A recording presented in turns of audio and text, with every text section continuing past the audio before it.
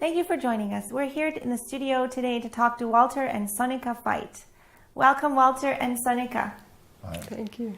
Walter's one of our main speakers at Amazing Discoveries, and we've been together for quite a long time, 20 years, ever since Amazing Discoveries started. But you've been preaching longer than that, I believe, some 28 years? 28 years, more or less. And you've preached around the world, in many countries. Your Total Onslaught series has been seen by countless people, and we've even had stories of people who've watched the series and just walked into the church ready to be baptized and join the church. And we won't know until heaven exactly what the fruits of your labors will be. But you've had a lot of opposition as well over the years from many areas, many people who have come into your life. And our viewers have seen your life story. They've heard it, probably most of them, but just for those who haven't, we're going to start at the beginning and we're going to hear exactly how God has led you through your lives. You must have fascinating lives to have been able to persevere in over all this time preaching the three angels' message. So Walter, why don't you tell us first about your family and your childhood? Family and childhood. Well, I grew up in a home where my father was Roman Catholic and my mother was Protestant. And my father at one stage, according to my sister, I was too young, but according to my sister, my father was going to go into the priesthood. But he met my mother and that changed his point of view. And so he dispensed with that. But the only problem was that she was Protestant. She was Lutheran, right? Yes, she was a Lutheran, and she belonged to the German Lutheran Church in South Africa. And she was one of twins. And when they got married, my mother desperately wanted a double wedding because her sister was also getting married. The only problem was they were Protestants and my father was Catholic. So in order to do the right thing, my father married my mother in the Catholic Church and then went from the Catholic Church directly to the Lutheran Church for the double wedding, to participate in that. Now in those days, that was before Vatican II, so that was a no-no in Roman Catholic circles, and I don't know exactly what happened, but he never ever attended Mass again after that. Although he regularly went to church, and I went to church, and I was raised Catholic, but he never ever attended Mass again. So there was some altercation. And the next thing that happened that is important is that when I was about 8 years old, my mother contracted cancer. And they weren't so good with their treatments in those days. And so she had many operations. They had a mastectomy and then a colonoscopy. They took the colon out. She just deteriorated, but over a long period of time. She had radiation. They even forgot her in the radiation chamber, and she was terribly burnt, and so tremendous suffering over many years. They gave her only a few months, but she stretched it to 4 years. Now, I was attending the German school in South Africa at that stage. I don't even know whether I should mention which school it was, but that's history. And there I had instructions during the religious instruction period with the Roman Catholics. So the Roman Catholics went to one room, but the bulk of the church was Protestant Lutheran. And so we had totally separate instructions. The bulk of the school was actually Protestant? The bulk of the school was Lutheran, yes. And of course, there you are subjected to all the doctrines that are associated with this. And this particular nun that was giving us the religious instruction, she was very adamant that because of my mother being a Protestant and she being sick, she probably was concerned and in her special way wanted to influence me, to influence my mother to become a Roman Catholic, because outside of Roman Catholicism there was no salvation, and therefore she taught me that my mother was going to go to hell. At one stage I even had a little bottle of water from Lourdes, which she gave me because this has healing abilities according to them, and I was to somehow pour this on my mother. And I still remember thinking, how am I going to pour this on my mother without her noticing it? And so I sort of opened this bottle, I don't know how old I was, maybe 9, and went to her and talked to her and leaned over her and spilt it on her. And she said, what the heck's going on here? And oh, sorry. But it didn't do anything. It certainly didn't help. But as time went by, I got more and more agitated because why should she go to hell? Just on the basis of being a Protestant. She was a very God-fearing woman. She believed in God. She would recite the Psalms. She prayed. And there was never any religious argument in our home. My father tolerated her Protestantism. She tolerated his Catholicism. I don't know whether they knew the details of what each one was believing, but there was never any religious argument. But this issue just kept growing. And finally I got very angry with the nun, and I got very angry with God. And occasionally the nun would come to our house and go and visit my mother, who was bedridden at that stage. And every time my mother would end up in tears because she was working at her. She had to become Roman Catholic and she didn't want to give up her faith. And at one stage my father actually found out about this, that my mother was so upset. And so he escorted the nun out of the house most unceremoniously, to my great delight. But anyway, that's history. One day I was sitting in religious instruction and she was again telling me that it's so unfortunate that my mother was going to go to hell. And I lost my temper and I took the catechism book and I tore it up, which is a very sacrilegious thing to do. And I threw it at her and explained to her in my 10-year-old language at that stage, or whatever it was, what she could do with her God. Oh, that created a major furor. I was thrown out of the religious instruction class. Which I'm sure you didn't mind. No, I didn't mind. But I was very rebellious by now. And then I sat there in the corner, in a sort of a courtyard, an amphitheater with a school, and the walkway of the school was right past that amphitheater. So any teacher or anyone who goes by will see me sitting out there. And the headmaster, he used to come by and then he'd see me there and he'd call me and say, "What are you doing out here?" And I would say, "That explicit woman threw me out."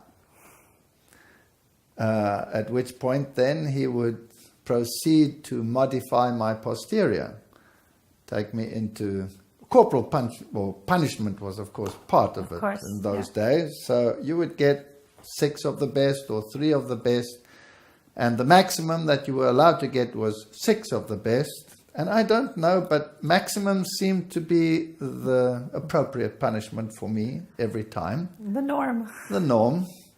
And obviously they discussed me in the tea room as being this impossible child. And so some of the other teachers had the same attitude. And I remember one teacher in particular, he would, before he even started his class would sit and he would say, if I'd come here and he'd give me a crack in the face, hit me across the face, said, "Get out, I don't need your kind in my class, go and sit outside." And invariably the headmaster would catch me. And give you more. And give me more. And I hated him. And I started to hate school. I wouldn't study. Because after all, when you're a kid, who are you studying for? Not for yourself, right? You're studying for these teachers and to please them.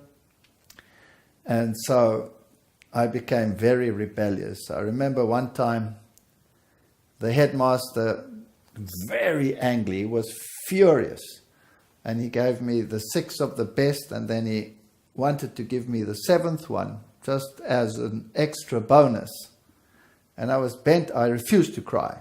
I just bent over, grit my teeth. And then I'd say to him, 1 more please, 1 more.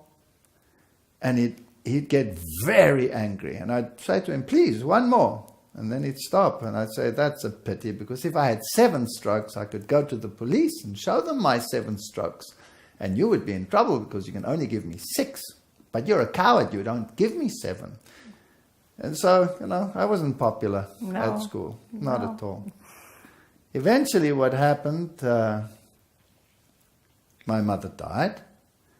And then my father, not long thereafter, married another lady who turned out to be a fairy tale stepmother.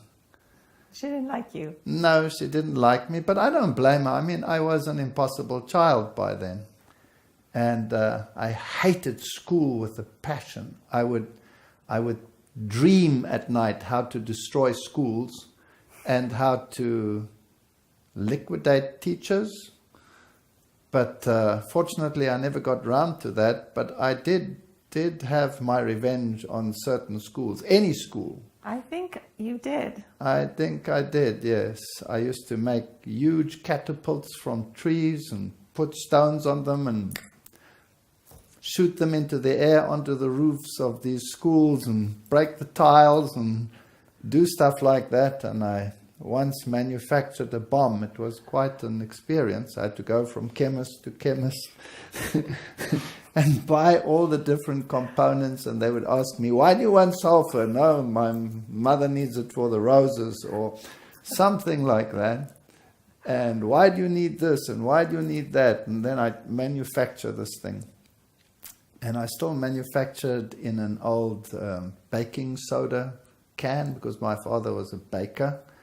I manufactured, it was about that big, and I dug this huge hole under a tree on a school ground and put it underneath, and then set my fuse and went running. And I didn't expect it to be such a huge explosion. I thought it would just be an interesting pop. But the whole tree, which was a huge tree, blew out of the ground and ended up on the sports field. Now, fortunately, when this thing went off, nobody saw me. Everybody went running to see what was happening. And I figured out, if I run away, I'll be in trouble, so I'll run there.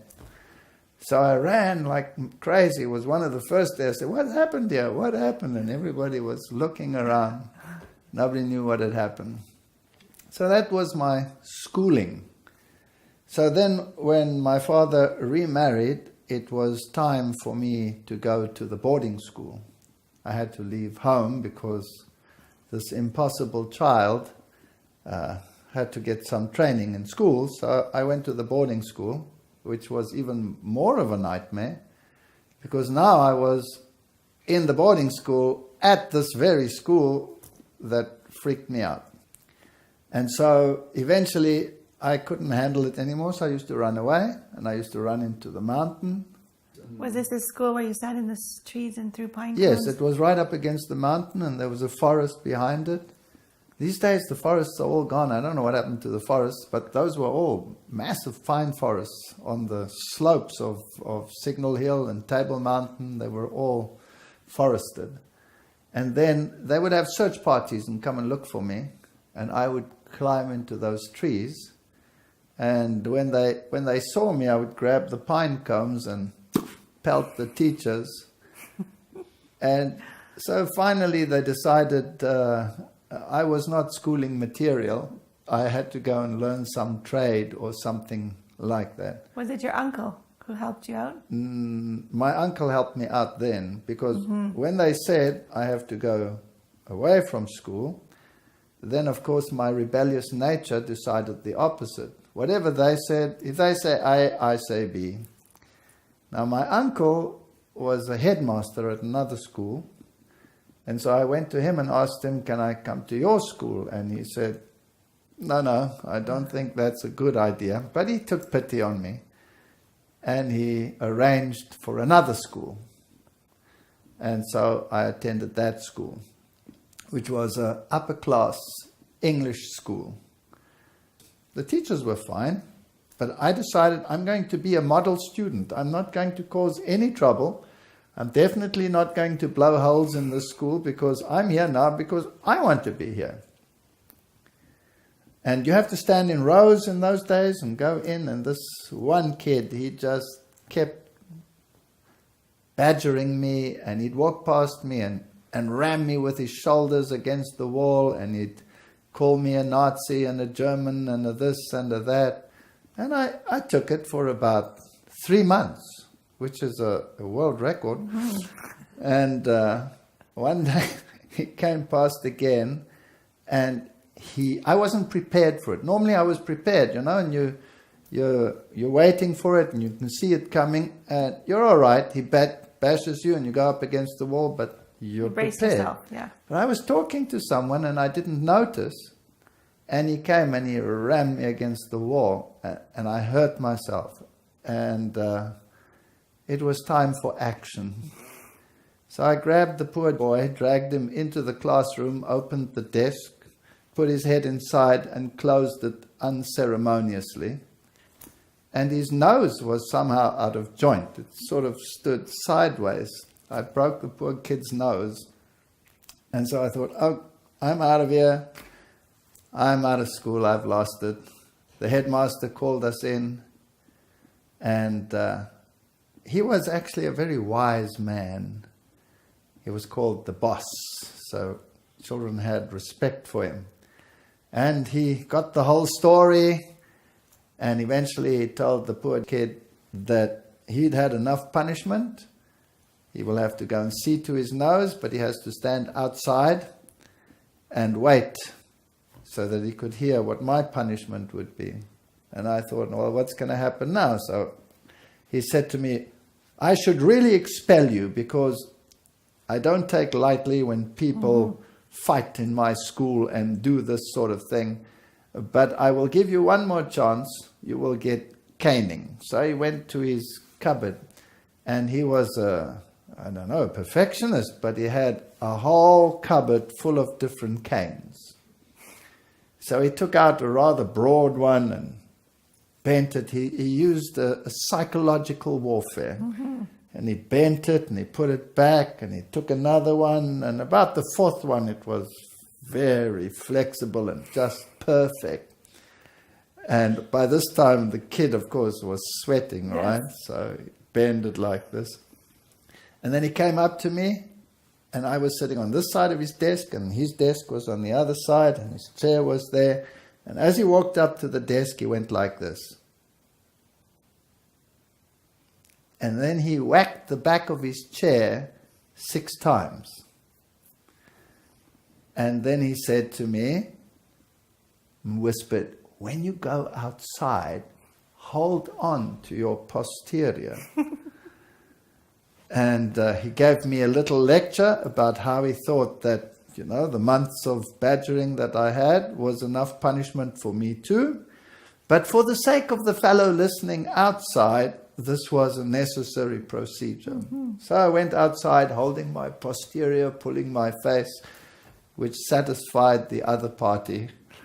And that was the end of it. So that actually gave me respect for teachers and schools again. They weren't so bad after all, at least some of them. And that was my schooling. Then after school, I went to the army. And after the military training, I decided I needed to go to university. But I didn't have any money. And my stepmother wasn't in favor of any further studies. After all, I was a troublesome kid. So I decided I'll go by myself. And so I attended university and worked in the evenings and worked on weekends and got a job as a waiter and tried to pay my schooling. And it worked. But I got a little help from a relative here and a relative there. And eventually, when things started to get really better at university, then my father would secretly help me as well. So that helped. And there at the university, I had a roommate, and he became one of my best friends.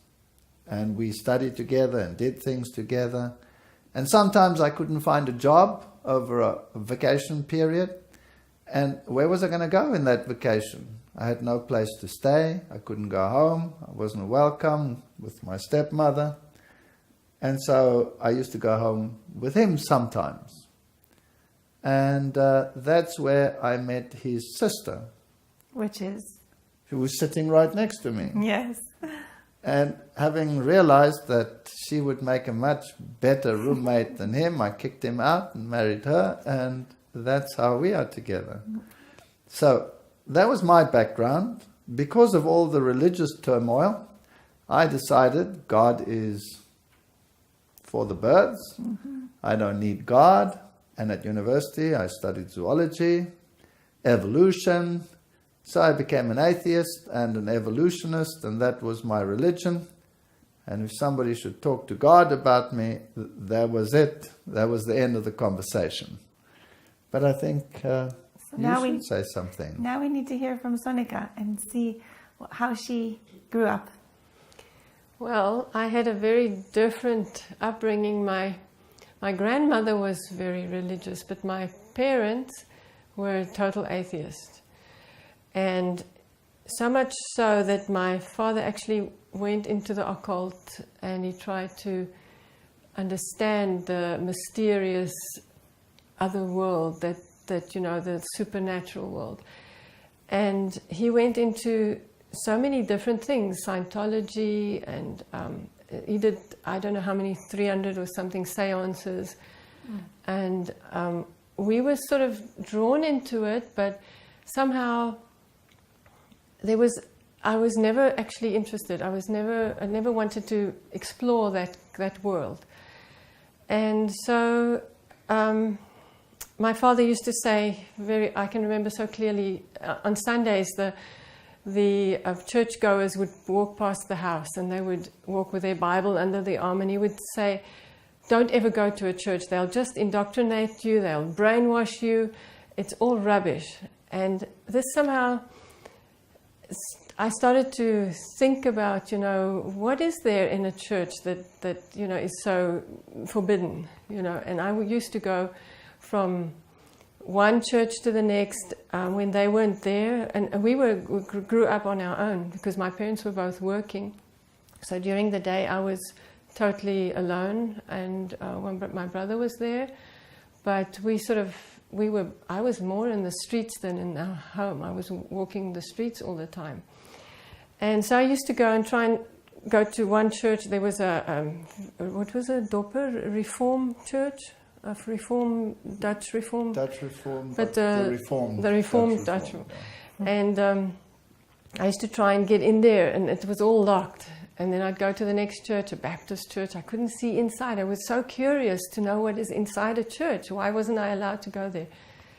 And it was strange. I was never able to get into a church. And then my brother had a defect, kind of he was born, he wasn't actually born with it, but at 3 years he started to go lame on the one side. And they did many operations, and so he was very insecure, and he was almost like he was trying to take everything out on me, and I had so much trouble, at home alone with him. So I used to just run away from home.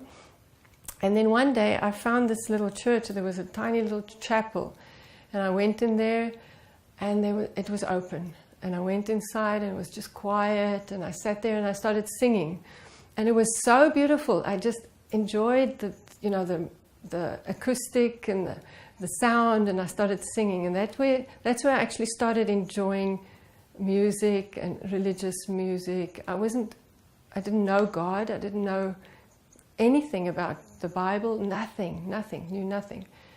And but you were drawn to these churches. I was drawn to it, yes, Yeah. for some reason. And yeah, in the meantime, things were happening in our home, and we always had, you know, it was almost natural that there were always ghosts or, you know, things happening in the house. The sticks would rattle. My grandfather had walking sticks, and my mother kept them in the house after he died, and these things would rattle, and she would just say, "Oh, grandfather's here," you know, or we would have an easy chair, a nice chair where my grandfather used to sit sometimes, and after his death, this chair would sort of, you could actually see it moving, and you could hear somebody breathing. And I didn't see it as scary. It was normal. That was the way we were brought up. And then at one stage, because of, you know, this conflict that I had, my brother was intimidating me, and I was becoming more and more, you know, introverted. I had a speech problem. I couldn't speak. And my father sent me to Scientology. You know, instead of, you know, trying to find out what the problem is, he said, "Oh, Scientology will sort you out," you know. And I was 12 years old, and he sent me to this organization. I had to take buses and go all the way into Durban. We lived in Durban, on the east coast of South Africa. And this was the most scary thing I've ever experienced in my entire life. They put you have to go through certain levels, and you have to pass the first level and pass the second level, and I think the third level, and then you sort of can go up to the very advanced level. And you have to pass the first three before you can go through the others. But how do they pass? Don't they Yes. give you some e-meter? You get, like, it's like little cans that you hold, and there's wires attached to them, and it's attached to a meter, and they call it an e-meter. And it's basically, I think it's just a lie detector. It's basically what it is. So when the person sits there on the other side of the table with this meter, and you sit on this side, and then they start asking you questions, and they ask you personal questions, and really things that you don't feel comfortable with. And I don't know why, really don't know why they did that, but you have to then get over this. And then this e-meter would register whether you are lying or not, or whether there's something in you that has to be cleared, a karma or whatever. And it was, to me, I was so scared because they were reading my thoughts. That's what I thought. At 12 years, I thought this meter could read my mind. And I just refused to work with them. And then eventually they phoned my father, and they said they can't do anything with me. And then my father said, "Well, just put her through to the top level." And at the top level, they had steps, 10 steps that you have to go through. And what I got out of it as a 12-year-old, I didn't understand too much, but I realized that if you reach the top step, you actually become God. And then you can do anything. Then you don't have to be scared of anything. You can conquer everything, your fears, everything. And so I can't remember actually if I went up there, but I just knew that I wasn't interested. And it didn't help me in any case with my speech problem, because I couldn't speak. When we met, he had to speak for me. I couldn't speak. I couldn't get any words out. I was totally dumbstruck. And he had to do all my speaking for me. She could talk to me, no problem. But not to anyone else. Anyway, so I went through life that way. And that was my childhood, basically. And then did you go to school, university? I went to university. When I left school, I went to Stellenbosch University, where he was, and that's where I actually met him before that, but that's where we started to date, basically, and got married in my second year. And it was quite an experience, because I came from this very different background, and he was this bold, forceful German, And I felt very intimidated by his family because they were also very German and very bold. My stepmother was very kind to you, wasn't she? Yes, his stepmother was quite something else, because he told me he doesn't want to take me to his parents because he's scared that she would make me, feel bad. And I said, oh, it couldn't be that bad. And so the first meeting we had with her, the very minute I walked into the home, she said to me, oh, so you are the one who's going to, I'm not going to say all the details that she said, but she said basically you're the one who's going to marry him, and then you're going to inherit everything that actually belongs to me. And you're just a slut, you're just a bad person. And I started crying, and I really didn't. Very intimidating. It was very intimidating. Yes. So, yeah, we didn't go there often, and we just started on our own. We just carried on. So you were both non-Christians? Non-Christian. You both started your married life, and then you had some children? Well, before that, I got my first university teaching post. I got it in Durban, and I was in Stellenbosch in the south, or we were, because that's where she went to university. We got married in our second year, and so what now? I've got a teaching post in Durban. So we decided that we would do that, and then she would try and study further at Natal University. And so we moved to Natal, and that's about almost 2,000 kilometers away from where we were. But they wouldn't allow her to do a final year in another university. She had to have at least 2 years in a university to get a degree. So we had to defer that until a later stage. But an interesting story is we moved into a house, and my father actually was secretly helping us because she bowled my father over. He took one look at her and decided, I don't care what opposition I get. And he liked her. He liked her. Anyway, so he helped us a little bit, and we moved into this house. Now, her father, remember, was occultist, and he was, at one stage, he was investigating for a newspaper. He had incredible experiences. I mean, horrendous experiences, occult experiences. And initially he wouldn't believe it. Like a little newborn baby, the people would put it to bed, and then the baby would scream like crazy.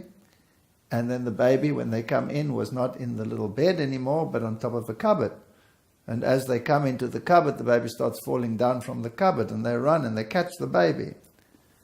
And he thought there was some hocus pocus there, so he came to investigate, and he sealed all the windows, put seals on them, locked the door, put his cameras up, whatever, for the newspaper. And then the baby would scream. And he would unlock the door and go in, and lo and behold, the baby was on top of the cupboard. I mean, really strange occurrences. Or they'd put a little girl to sleep, another house. She didn't want to sleep. What was the shoes that came walking in? Slippers, I think. Slippers. And the slippers would come walking in by themselves. And all of these occurrences. And in one seance, the spirit was talking, and he thought there's a hidden microphone here somewhere. And so he was looking around for the microphone, and the spirit said, there's an unbeliever here. If you don't stop with your unbelief, you will have to face the consequences. So he was even more interested, where is it? And he was looking at, and the next minute, something grabbed him and dragged him outside the building and gave him a blow on the head that he had a huge welt on the top of his head. Now, if something grabs you and throws you out and gives you a whack, then you start thinking. Your unbelief in a hidden microphone sort of evaporates, right? So that's how he was drawn into occultism. And he actually started the New Age movement in South Africa. He was one of the first. Now, unfortunately, your mom and your dad separated. And he married again, and he married a high occult lady who was a medium and was very steeped into this and used to have audiences with spirit beings. So that's their background. So while we were living there in Durban, it was only 1 year that I was there. Then I got a job at Stellenbosch University, which I had to take because then she could finish her degree, right? While we were living there in that house, we had such horrible experiences, it's unbelievable. We would lie in bed, and what would happen? Oh yes, we would hear in the kitchen. We'd done all the dishes and it was in the dish rack, and we'd hear all the dishes fall down. And we had a Rottweiler, a nice big dog, and she would run and go and check it out, and there would be nothing. And this happened a couple of times, and we once had a group of people that came for dinner, and my brother was there, and he said, "What's going on in your house? The glasses are jumping off the table onto my foot." And things like that, and we got a little bit more scared. He was petrified because yes, because right. he hadn't grown up with this, and I was more used to it. But the strangest things, we had one accident after the other, bashed the car, and things happen. But strange things. I'd drive into the driveway and stop my car in the garage, and we're still both in the car, when the next moment the whole car lifts up and smashes against the wall, sideways. It was unbelievable. Just many things, yeah. We would brake behind a car, and the car wouldn't stop, and we'd just go into the car. So did these demons follow you to your new house from your parents' house? Well, we didn't know what it was. In Africa, there's a lot of voodoo, and so people were saying that somebody had cursed us or cursed our house or whatever. We didn't know what it was, and we actually asked my father to come and, so we told my father, and he said, "Oh, no problem, I'll sort it out." So he brought his garlic and his garlic, and I can't remember what else was it. Some signs. Signs, yes. He made some signs. I'm not going to repeat the signs that he made in the corners of the house. And he said, "Did you have an argument with your gardener or someone?" And we said, "No." And he said, "Well, maybe they just, cursed you or something." There is, of course, it is very often that they would make a little doll of you, and they would stick needles in it and bury it somewhere in your garden. Oh. And that's what he said would probably happened. And so we weren't sure. We didn't know about demons. We didn't know about the spirit world or anything like that. You thought it was just normal. She thought it was normal. I thought it was scary. Yeah. But the interesting thing is, we would hear these things crashing in the house, like plates flying against the wall, breaking. And the dog used to sleep on a mat next to us, and she'd go ballistic. And she'd go running and coming back and lying down, nothing there. And every time these things happen, I sit upright, my hair starts tingling, but she's just fine. It used to irritate me. And then what happened, it got so bad that it was almost unbearable to live in the house. We'd sort of sneak into the house. We were scared to go into the house. And she still had some of her things in boxes, because we didn't know exactly how long we were going to be there. And she had a black stuffed cat, right? Who made that? My great aunt. She made dolls and puppets and stuffed animals. She had given this to her, and these things were in sealed boxes up in the top cupboards. And one night we'd visited her parents, And we come back in and we sneak into this house and we go to bed, and I open my bed and here is the black stuffed cat on my bed, on my side, under the blanket. Scary. That's very scary, because how did it get there? There's nobody in the house. Couldn't have been anyone. It was locked. It was in a sealed box. The box wasn't open. How did the cat get there? And a black cat. And a black cat at that. And this totally freaked me out. And I couldn't handle it. And I said to her, we need help. And your father's hocus pocus is not working. And all his occult connections, they're not doing anything. And you know what? The Jesuits say, give me a child until he's 8th year, and I have him forever. Mm-hmm. Now, I'm an atheist and an evolutionist. But I say to her, you know what? Maybe the Catholic Church can help. Because, you know, they have exorcists and all of this stuff. I'm going to look for the Catholic Church. So off I go, and I go there. Where was it? In Kloof or where? Yeah, I went to the Catholic Church there, met the Catholic priest and said to him, we have this problem.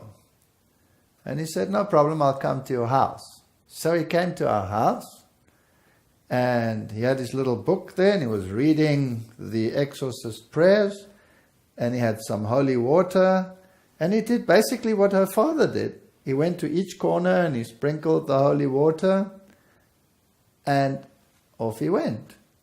And he said he thinks the problem is solved. And that night, we're lying in bed and it's dead quiet. Nothing happening. Now, very apprehensive. Looking around, nothing. Deadly silence in the house. And we had a long passage and a door that was open to the bedroom because we were the only two in the house. Why lock it? And the next minute, heavy footsteps come down the passage. And I'm sitting there, my hair's going...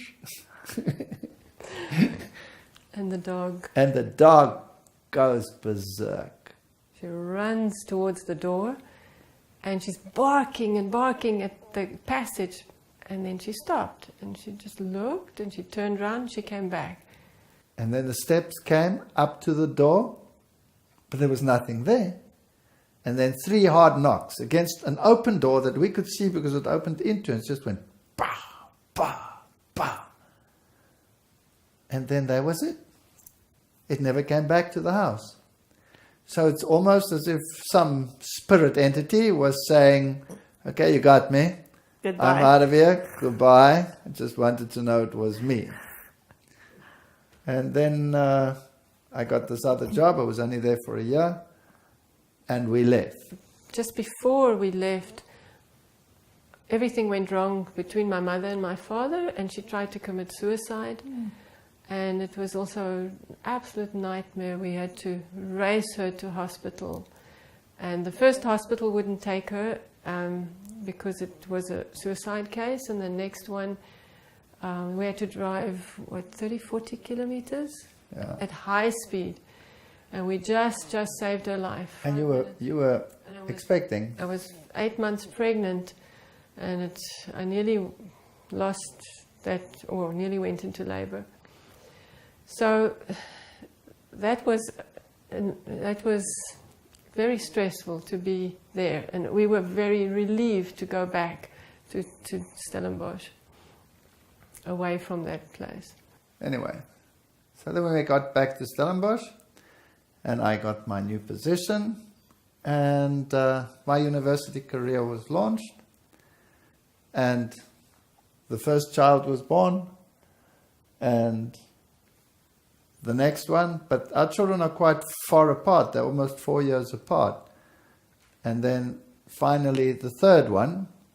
So we had quite a number of years of normal settled life. She had finished her degree. She was doing fine. And so everything had normalized. Everything's normalized. And then the final event. Our youngest child. But first, my father separated from my mother, They'd got divorced, and he came to live with us. And he lived with us for almost 3 years. And then this started happening. So the same things that happened in the other place started happening in our house. Now, not to the extent that things were flying around, but much more serious. It was as if she was under constant attack. And so she had tremendous problems. She got very, very sick. She ended up in hospital many times. They wanted to terminate the pregnancy. And we refused to terminate the pregnancy, especially after they did a scan and you can see the little fetus developing there. So we didn't want to terminate the pregnancy. And it was touch and go whether she would live or whether she wouldn't live. And she coughed, and she coughed, and she coughed for 9 months. And then when the little one was born, he was a very miserable little fellow. He used to scream and scream and scream, and we didn't know how to handle this. So you remember what you did? You used to rock him. Yes. You could not, he wouldn't stop screaming, so you couldn't even feed him without movement. So you had to constantly push the stroller, and you couldn't do anything without keeping him happy, and he was just screaming constantly. Eventually we got him so far that he would, if he fell asleep, he'd be in his own little room next to us, right next to us. And then one night at 2 o'clock in the morning, I had a terrible nightmare that I was being strangled. And we had a digital clock on our bed, and it said 2 o'clock. And I sat up in bed and I was perspiring, and it was very realistic. It was horrible, like somebody was killing you. And the next minute, this little child screams like you cannot believe. And we both jumped out of bed, ran, picked him up, and he gets fever cramps. And he virtually stops breathing. So we're stressed like crazy. We rush him off to hospital, and they battled to save him. And eventually he got such high fevers, they put him into sort of a refrigerated cot with cold air blowing upon him, and they put the intravenous fluids into him, and then he'd recover. And he'd come back home 2 or 3 weeks later, exactly 2 o'clock at night, same dream. And then he would scream. And the same drama all over again. Back to hospital, fighting for his life. It was a total nightmare. And one after the other. It happened frequently. Yes. How many For times? how I don't know. Many times. Many times. His folder must have been like this at the hospital. Now, you know what? Kids get sick. Kids get fevers. But exactly 2 o'clock at night, repetitively, over and over and over again, if it happens once, twice, 3 times, 5 times, 10 times, then it's no longer chance. Then it's something else. And every time it's a life and death struggle. We were total wrecks. We were totally finished. And I still remember I was marking scripts. It had just happened again, and he was in hospital. And we took turns sitting in hospital through the night. And I was sitting there, and I was petrified of 2 o'clock. 2 o'clock was a no-no for me. And I was marking scripts from the medical students in the middle of the night. These poor kids, I don't know whether I was compos mentis, but I was marking them. And 2 o'clock was coming, and I'm sitting in the hospital opposite this little cot with this little kid in it. And it's 2 o'clock, and I'm marking. And when the clock struck 2 o'clock, the child started screaming in that bed and getting like fever cramps. And I ran to fetch the medical staff. And now we're trying to stabilize him. and to get more intravenous fluid into him, but he's in such cramps. At that stage, they couldn't find the veins in the arms anymore, so they put the intravenous into a vein on the head. And somehow he ripped it, and he ripped it out sideways. Now, a head wound bleeds terribly. It made it even worse. There was blood all over. I was splattered with blood, and they're trying to do this. And then the horrible 2 o'clock goes past, and he relaxes again, and they get it all together again. But that night I decided, I need help. This is beyond natural. And I remembered what happened in our house. From the priest. From the priest. I thought, maybe the Catholic priest can help me. And so I waited until she came, and she came at about 6 o'clock to relieve me. And I went to look for the Roman Catholic Church, and I found it. And I got there at about 7 o'clock in the morning, and I asked where the priest is, and I found the priest. Now, I'm not saying this to be a derogatory, it just happened to be like that. But he was sitting that early in the morning with a brandy bottle in front of him, and he was drinking. I don't know whether he was, alcoholic or whatever. But I looked at him and I thought, what am I going to do now? And he sort of looked at me and says, yes, what do you want? And I said to him, I'm a Roman Catholic, but I don't attend church or anything, but I really need some help. And he says, what kind of help do you need? And I said, well, there are very strange things happening in my house. And he says, stop. That's not my field. And I said, good grief, not your field. What's this? I said, you're a priest. This should be your field. He says, no, I'm not interested. Give me your number. I'll get a specialist to contact you. So he gave me his phone number. Or I gave him my phone number, and I went home. And then we were together, and I still said, well, that was useless. And the next minute we get a phone call, and it's the chief exorcist of the church from the cathedral in Cape Town. Important man. And he says he's in the area, he's at a particular monastery. Can we come and see him? So I said, okay, and I went alone. I went to him. And he's sitting there opposite the desk, and I'm talking to him, and I say to him, we have a serious problem at home, and I was wondering whether you could help me. And before I can tell him what the problem is, he says to me, yes, I know. The devil is trying to kill your youngest son. Well, you could have knocked me over with a feather, right? How did he know? I said, well, how do you know? He says, no, I just know. In fact, I've known for a week. I said, excuse me, that's not possible. I only just went to the priest this morning. That's not possible. He says, oh yes, we know. And then he said, and your case is very serious. It's a very serious problem. We cannot do a normal exorcism in your house. We have to do a mass in your house. And for that we need permission from the bishop. So I said, well, how long will that take? He says, well, normally it takes a while, but I already have it. And he showed me a letter. This must have impressed you very much. I was dumbstruck. This was unbelievable.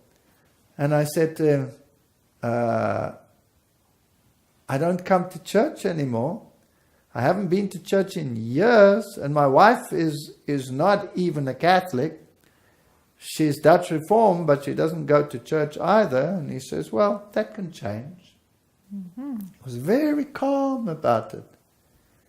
And then he came to the house, and he met my wife. No. What impression did you have of him? He seemed very dignified, very, very calm. And at that stage I was doing pottery. I was teaching pottery at the college, and yes, I thought constantly, I was thinking, you know, we can't take this, what he's doing for us, for nothing. We're going to have to give him something for it. But so he started taking out salt. He had holy salt, is that what you call it?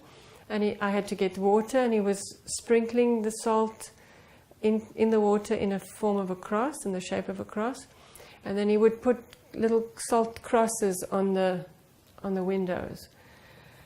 And it was strange to me, but, well, I just accepted it. And then you can tell further when he got to the child's room. He got to the child's room, and as he was doing his thing with the water there in the child's room, putting his crosses there, suddenly something grabbed him. Mm-hmm. And he was shaking, and like something was shaking him like a rag doll. And he wasn't a young man, he must have been in his 70s.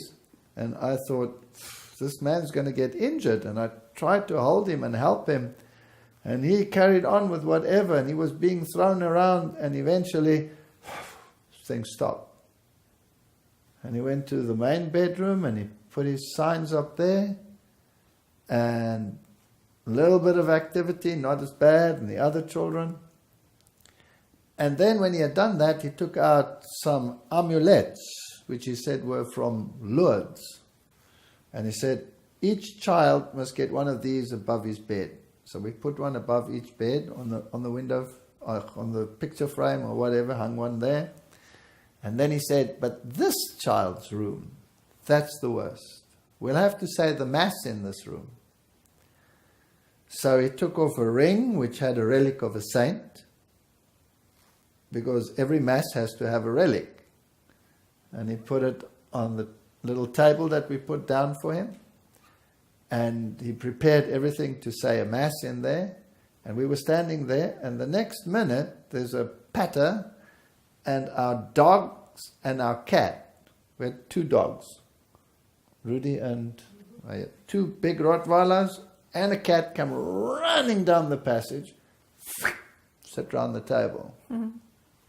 Very strange. Very weird, very weird. And he said the Mass, and then he took off his ordination cross, took it right off his neck, and he gave it to us and said, hang this above the child's bed as well, which we did. And then he left, and you still gave him your pot. Yes, I had made my best pot, and I thought this is the only way we can give him something, you know, for his trouble. And he said, I will take this pot and I will put it in I will give it to the nuns in the convent that never see the outside world. And that was strange, because I'd never heard of that, but yes. So off he went. And from that moment, problem gone. Solved. Now, this is strike 2. Mm-hmm. Rome had solved my problem in the first house. Rome had solved my problem in the second house. And I'm an atheist and an unbeliever. What do you do about that? Well, I thought to myself, I'm a hypocrite. I'm a hypocrite. And so I discussed it with my wife. And how old was Martin then? Must have been about 12. Yeah, so the oldest child was about 12 or 11 by then. And I thought, well, this isn't good opportunity. If someone sees me in church, because I'm this macho atheist, if someone sees me in church, I can say, I'm here to introduce my children. And so we decided I'd go back to church. And she wanted to be a Catholic too, and wanted to join the Roman Catholic Church. And so I started going to church and became a very staunch Roman Catholic. Did everything that a good Catholic does, goes to confession, goes to Mass. Every Sunday I was in Mass. And she wanted to join the church. She came with us to the church. She thought it strange and mystical and all of these things. But they'd solved the problem, right? And so we were regularly going back to church. And then what happened, with this peace in the home, this quiet, you get energy. And there were some things in our house that were irritating me. And being German, I looked at all of the structures that were in my way. There was a wall. I always had to walk around the wall. And I said, this wall really has to go. Because then we have a nice open plan. And this kitchen is pathetic. And so I took a nice big sledgehammer and sorted out the house. And started remodeling the inside. But we needed a new kitchen. My poor wife, I demolished the kitchen. So she had to cook in the garage. In the garage. On a gas cooker. For months and months. So I found a guy who was going to do the kitchen. And I found a German carpenter. I wanted it precise. And so he arrived. And as he arrived with this new kitchen to put in the new kitchen cupboards, he said to me, I just want you to know that I walk with the Lord. And I looked at him and immediately those old feelings, this is a Christian freak here in front of me, a Jesus freak. And I said to him, well, that's fine, you walk with the Lord, but as for me, I just want a cupboard, okay? That's actually before I went to church, before I started going back to the Catholic Church. I was not yet in the Catholic Church. This was just a little while after the peace came into the house. And so he said to me, well, can I give you this? And he gave me something, and it looked very religious, and normally I'd throw it in the wastepaper basket, but I threw it into a drawer, and there it lay. And now these consciences started talking to us, and I started going back to the church.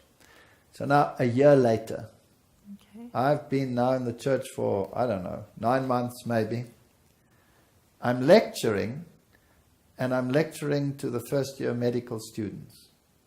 And I'm explaining the morphology of the kidney.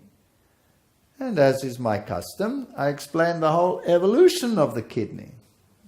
And I'm writing on the board and showing where it developed and how it developed. And this young girl in the class puts up her hand and says, excuse me, Dr. Veith, I don't believe what you are saying. Now, that's like a hornet. Mm-hmm.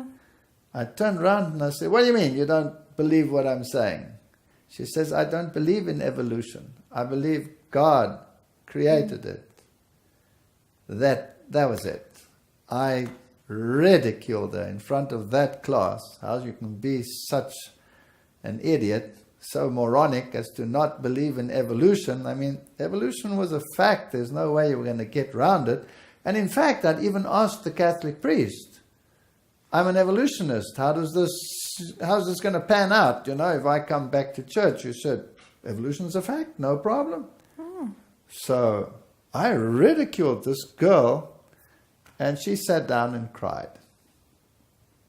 So I thought to myself, job well done. The rest of the students loved it, laughed about it, and thought she was a silly girl to make such a stupid comment.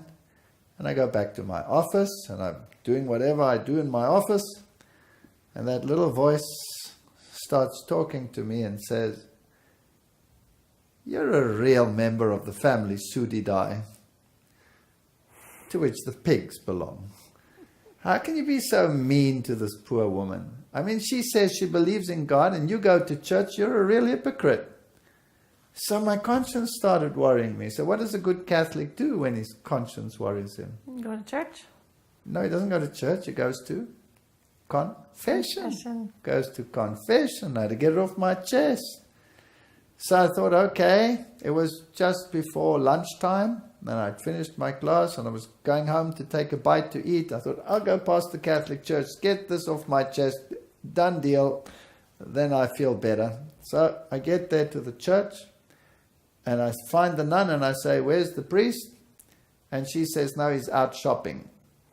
But he shouldn't be long. And I thought to myself, inconvenient. I don't have much time. I have lectures in the afternoon. I still want to grab a bite of eat. I just want to get this off my chest. Where's the priest? No priest. So she says, wait in the church so long. So I'm sitting there in the church and I'm waiting for the priest. And the priest is not arriving. And I see the little red light burning over there. And that little red light tells you that the consecrated host is in there. That means that the Corpus Christi, the body of Christ, is in that tabernacle. So now I'm talking to God. I'm agitated. I'm talking to God.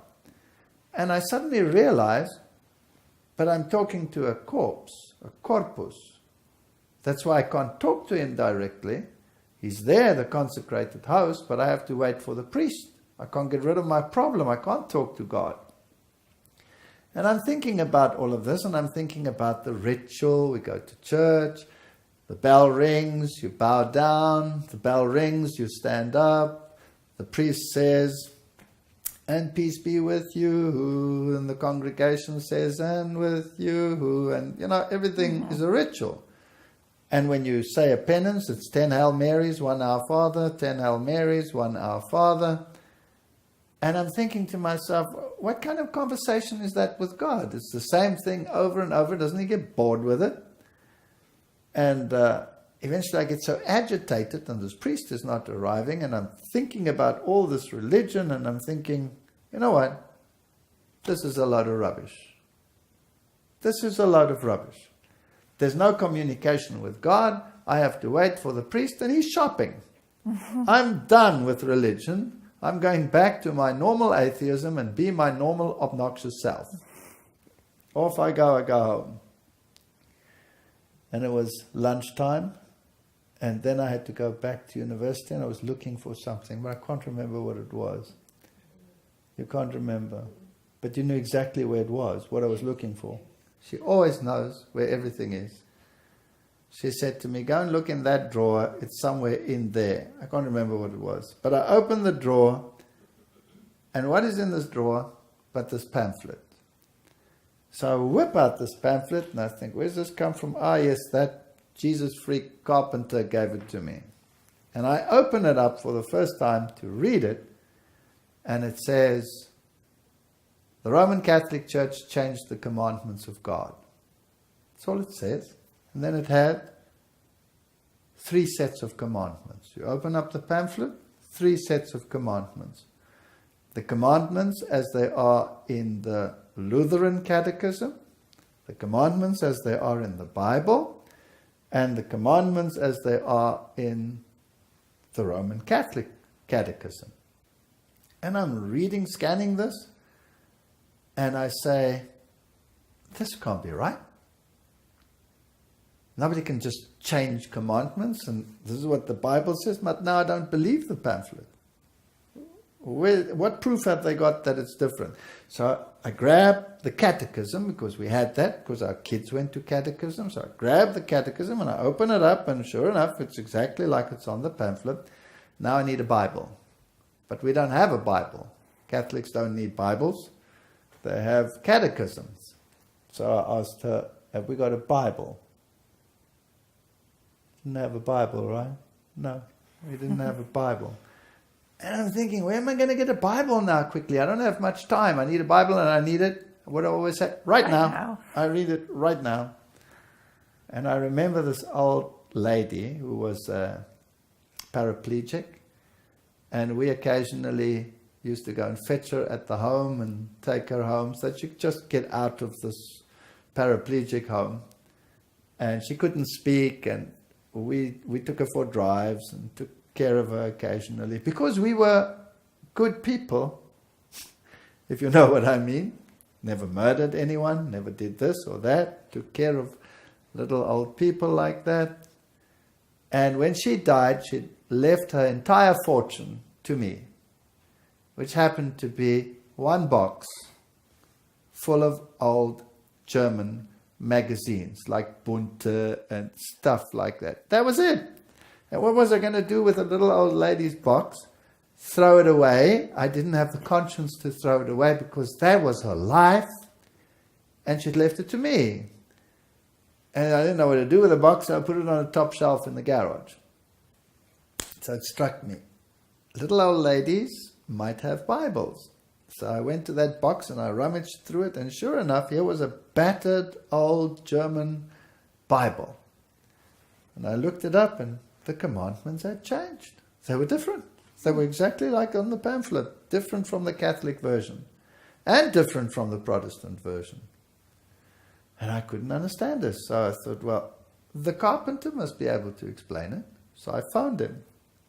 And I said to him, you gave me a pamphlet. I want to know what's going on here. Can you come and explain it? Can I come to you? He said, no, I'll come to you. I said, okay, I'm back from university then this evening. So that evening he arrived. And we went right through the book of Daniel. Right through the night till... Right through the night. About till 4 o'clock, 5 o'clock. Yeah. And then right through the book of Revelation. And here it was. And I said, well, this is incredible. And we did Daniel 7 and the little horn power. And here the Bible teaches that the little horn power is Catholicism, who would change God's law. And here that changed God's law. And all the other features that apply only to Catholicism. I said, this can't be. This must be written after the fact. And so he said, no, the Bible is written so many hundreds of years, and this is 6th century before all these things happened. I wouldn't believe it. So I went to the theology department of my university, and I played squash with the professor of Greek. And I played squash with him regularly, and I went and asked him, and I said, what's this stuff here? And he confirmed, basically, what this carpenter was saying. And I said, I want to get into your library. I want to confirm whether this history is correct. Is this really a fact? And we went through it, and sure enough, it was a fact. And so we got back together and again, and I said to him, but the 4th commandment, that doesn't make any sense. 6 days shall you labor and do all your work, but the 7th day is the Sabbath. Because it says you must keep the Sabbath because in 6 days the Lord created the heavens, the earth, the sea, and everything that's in it. I said, that's ridiculous. You didn't believe in creation. No, what nonsense is this? 6 days creation. There's no such thing. It's millions of years. He says, no, 6 days. I said, you're crazy. And then he came with a pile of books, right? He must have gotten them from the college, so he brought this pile of books, creationist books. So I'm reading these creationist books, and I've never read so much rubbish in all my life, from my perspective now. Give them back to him. I said to him, this is a load of rubbish. He says, no, it's not. So he comes back with another pile of books. And I'm going through those books, and I give them back to him, and we get into an argument. Now, good grief. I'm the scientist. I'm the evolutionist.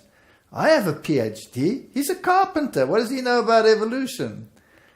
And so finally, he got angry with me and he said to me, you know what? I don't have a problem with evolution. You have a problem with evolution. You solve it. So I had no argument against him anymore because basically he capitulated, right? It was up to you now. It was up to me. So I'm going back to the university, and now I'm beginning to take out evolution books and starting to think about evolution. And I take out a book on paleontology. And as I take it out of the library, my colleague sees me with this book. And he says, oh, we've ordered the latest version of that book. It has arrived, but it's still in boxes. Let's go and see. Our department had its own library. So went back, opened the boxes, found the new edition. And for some reason, I took them both. And I went to my office and I started reading them together. Opened them on the same page because I thought, well, let's see what's different between the old edition and the new edition. What's the newest information? Is there something added or whatever? And I'm reading them together. And the old one says, when it comes to whatever animal group, the cetaceans or whatever, there are no intermediary fossils. Everything is based on the mindset and the theory. no intermediary fossils, no lineages between any of them. The new one says, this is the ancestor, and that's the ancestor, and this is the ancestor, but they don't fit onto the lines. So these are conjectures, but the old one is honest, whereas the new one covers it in scientific jargon. Now, this makes me just a little bit suspicious. So I go through the entire book like this. When the professor comes in and he says to me, there's been a change in procedure, you will take the next evolution discussion class. Now that was a nightmare, because the postgraduate students, they had a weekly discussion group on evolution issues, and all the staff was present, and everybody, and the students, and the honor students, and the master students, and the PhD students. And I used to do this regularly. When it was my turn, I would take some topic in evolution, whether it was Takitili or Braditili, fast evolution, slow evolution, whatever. I would, present these facts, and we'd have a discussion about it, and it was great. But now, there was something cooking in me. And at that stage, I was doing the genetics course, again with the medical students. And I thought, okay, I'm going to do something different. And I started making a list of questions based on the genetics course that I was giving, not out of any book or anything, just questions as to how something could evolve, or how gene systems could evolve if natural selection doesn't work on the level of the genotype, but just on the phenotype. Then pure chance has to bring about the genetic development, and what are the probabilities of these things happening. So I started making a list of questions. What's the probability of this happening, that happening? I had about 10 questions. That's it. It was only questions. And I gave this evolution discussion class, and I said, today we're going to do something different. We're going to look at it from another perspective, a counter perspective, and ask some questions. And I started putting them on the board. And as I put them on the board, now remember, nobody knows what's going on in my mind. As far as my students are concerned, as far as the staff is concerned, I'm an evolutionist, right? I've got all these questions. And this young girl gets up, and she's a honor student. That means she's a first year postgraduate. And she looks at the staff, and she points at them like this, and she said, when I came to this university, I was a Christian girl, and I was happy in my religion. And now I'm an atheist. I don't believe in God, and I've become an evolutionist. But as far as I can see from what is written on the board there, I've been deceived. Evolution is not possible. And pandemonium. Pandemonium. The one staff member got so angry, he went red, he literally started foaming at the mouth. And he screamed at me. And that was the end of that. So, just 10 little questions, and I'd blown my career, my university career. So I went home, and I thought about it. And at that stage, I had Bible studies already. And we had Bible studies on death, and the state of the dead, and what spirits were, and that it cannot be the ghosts of deceased individuals.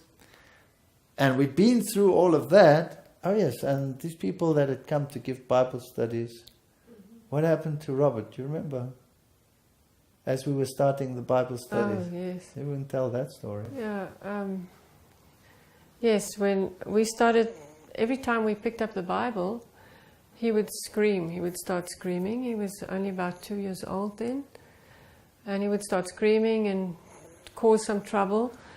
At one stage, we were sitting in our lunch hour. He'd come home and we'd sit with the Bible. We were so eager and so hungry for understanding what the Bible is saying.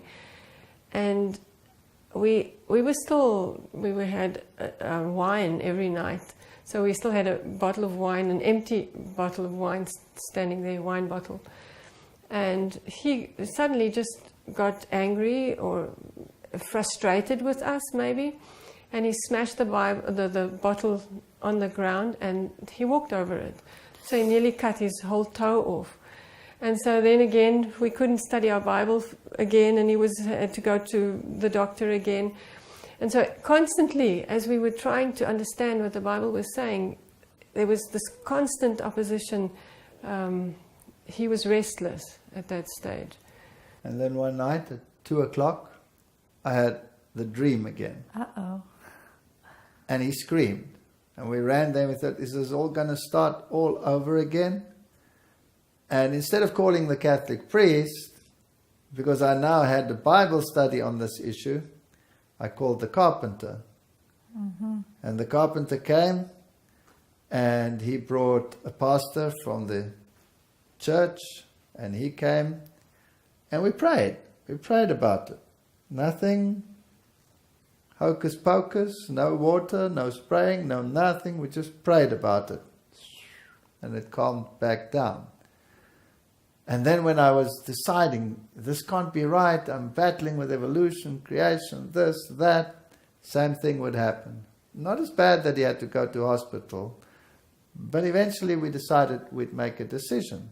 But on the point of decision, the phone rings. I ran down the passage and I picked up the phone, and who is it?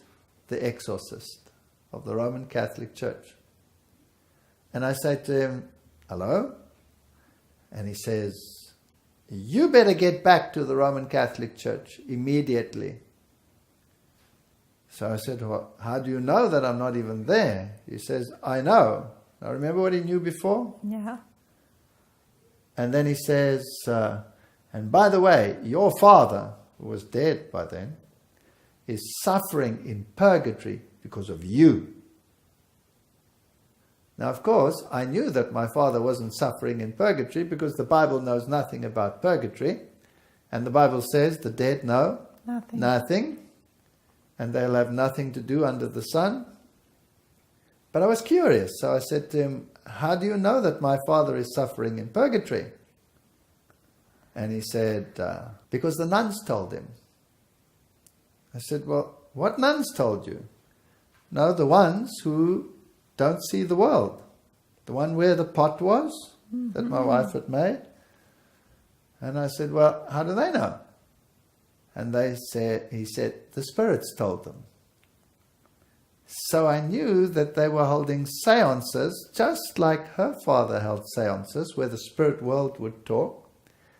And the spirits, of course, are not deceased human beings. The spirits are, what does the Bible say? They are spirits of demons that go out to deceive the entire world. So that is how he knew. That's interesting.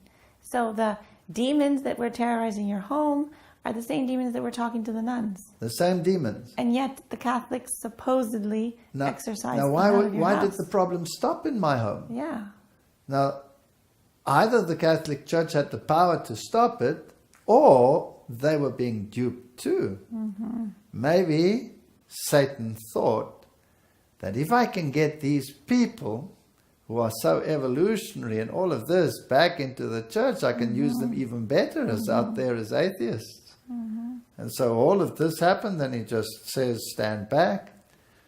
But one interesting thing is, if we take old pictures of this little child, his eyes, before and after we accepted biblical truth, different child.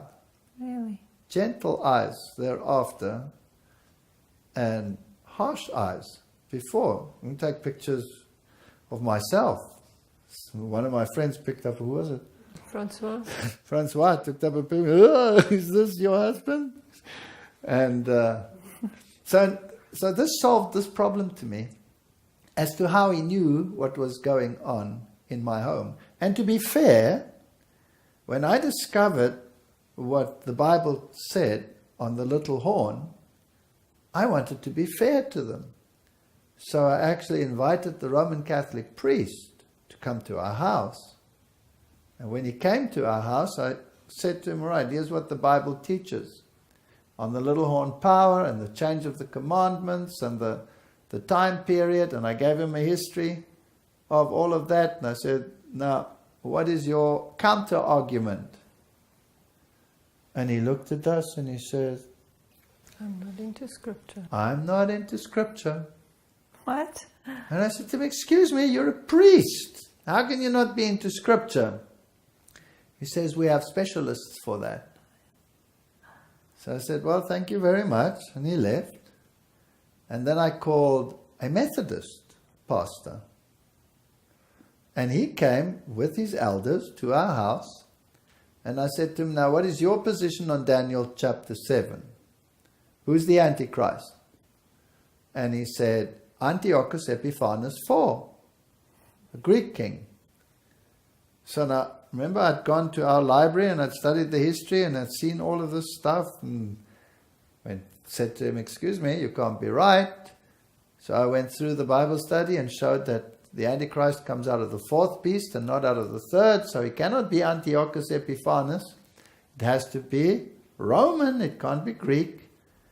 And eventually he got so frustrated, and one of his elders or deacons or whatever that he brought along became so interested, and he was sitting like this and he was saying, that's interesting and that's interesting. So he got up, this Methodist pastor, and he closed the ears of his, whoever it was that was with him, and marched him out of my house.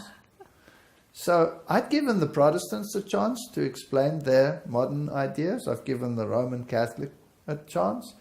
And both of them fell short of the biblical criteria. So I decided that this must be the truth. I was at work, and my secretary gives me a document. Now, my secretary, I'd never discussed anything with her. She had no idea what was going on in my house or what was going on in my mind. She gives me a document, this thick, here. And I take this document and I say, what is this? She says, you must read this. So I'm reading it.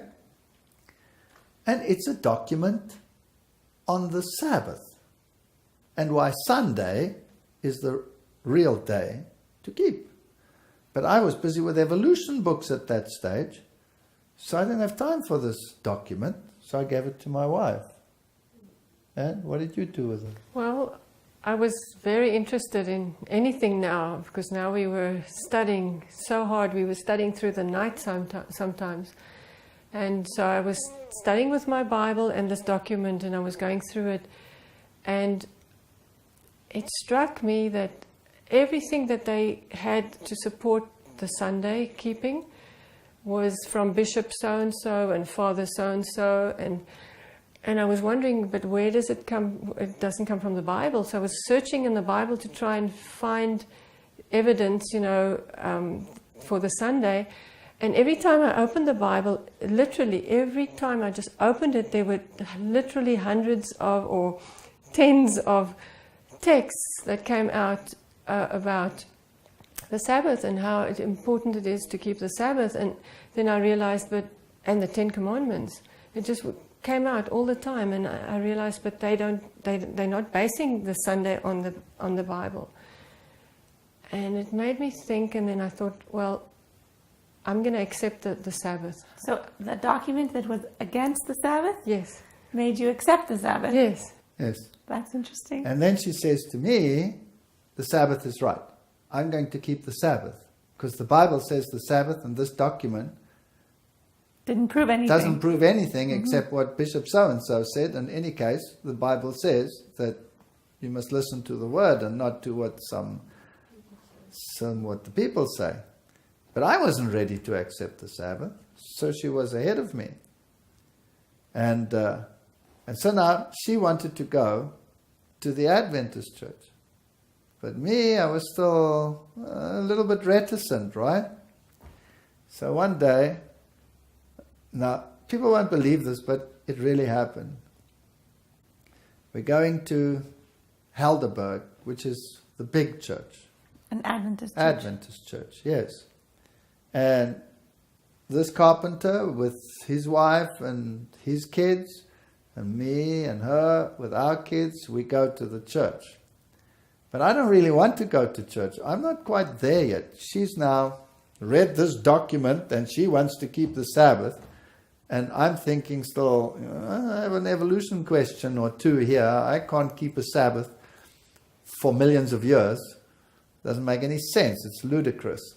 And for you, it was very important because the Sabbath was a memorial of creation. That's right. And you had those linked, and you wouldn't accept the Sabbath if you didn't accept creation. Cannot accept the Sabbath if you don't accept creation.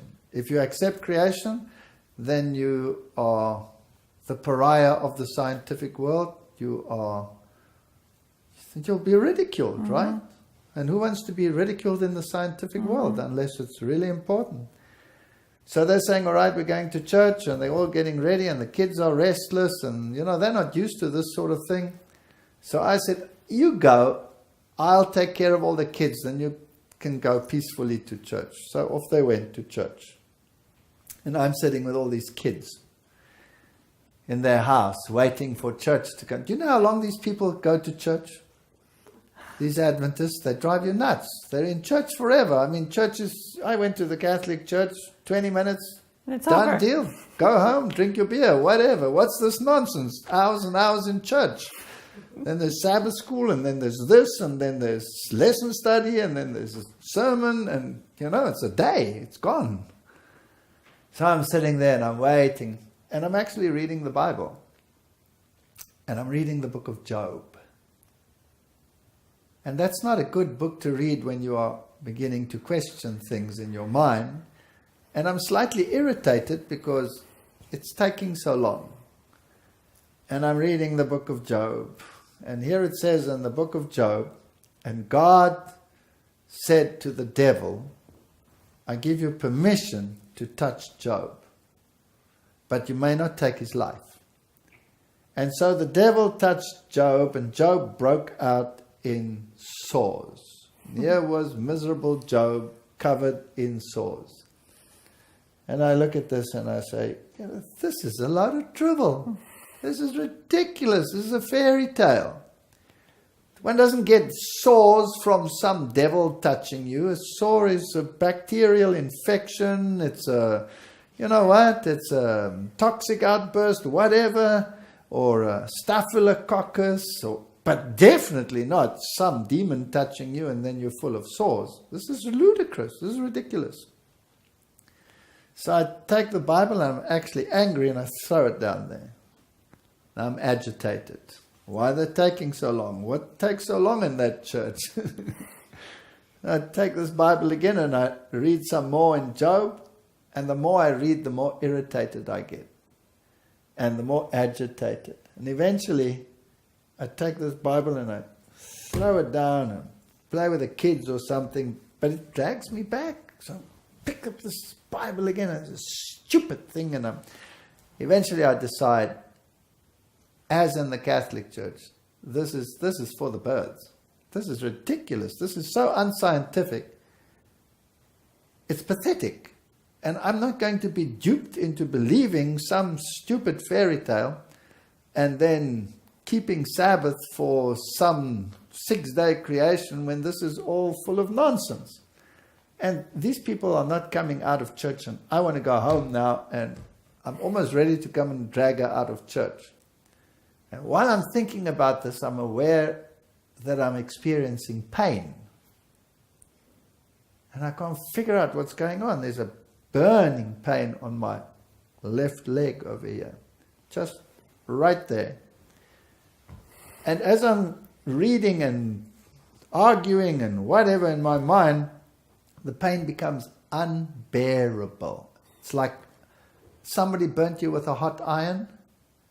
And I'm thinking, what is this? Now, I can't pull my pants up because it won't go up to there. And I can't pull it down because I've got kids in front of me, their kids, other people's kids. So I run to the bathroom, the washroom you call it, right? To rip this pants down to see what's going on with my leg. And here is a massive sore on my leg. It's not broken, but it's blood red. It looks like, I don't know, what does it look like? It's red and slightly knobbly. Knobbly. Yes, little bumps. And it's like it's on fire and the water is just running out of it. Now I'm oozing out of it. Now I'm in pain. And I'm really struggling with this. And it takes, I don't know how long until they finally come out of that church. And I grab the kids and I grab her and I said, we're out of here. And we're in that car and we're going home. And I get home and I show her this thing and I say, what is that? What do you say? I've never seen anything like it. That's what I said. I've never seen anything like it. It's not broken. The skin's not broken, but it's oozing some liquid. And it's so sore, I cannot even move. And I'm saying to myself, no, there's something seriously wrong here. So I'm thinking, okay, there's nothing that I know that's like that. And I mean, I teach medical students. I've never seen anything like that. I don't know about anything like this. This is definitely weird. And it came instantly. So this is not some infection that developed over time. And I'm saying, okay, I'm willing to accept it. I'm willing to accept it. Maybe some devil touched Job. Maybe it's not so ridiculous. I'm not quite there yet, but I'm willing to accept it. So please forgive me that I thought that. Gone. Just like that. Just like that. Gone. And I'm thinking to myself, this is very weird. And then I say to you, you know what? We've gone crazy. We've gone nuts. We've gone totally nuts. This is psychosomatic. This is idiocy. I think away from religion, it's nothing but trouble. We'll can this religious, we'll put it on ice. She's Sabbath. She's now hooked on Right. Bible, this, that. We're out of here. No more religion. Go back to our normal life. It was peaceful. None of this drama. Back to normal. And as for this Bible, and as for Job, let's forget it. I don't believe it. Next second, there it is. It comes back. And it stayed for a whole week. I couldn't move, I couldn't walk, and eventually I said, I capitulate. And then it went. Well, unfortunately, Walter, we'll have to leave your story hanging right there. We have to take a break, and we invite you to join us again next time to hear the continuation of Walter and Sonica's life as we find out how God has led them through their years.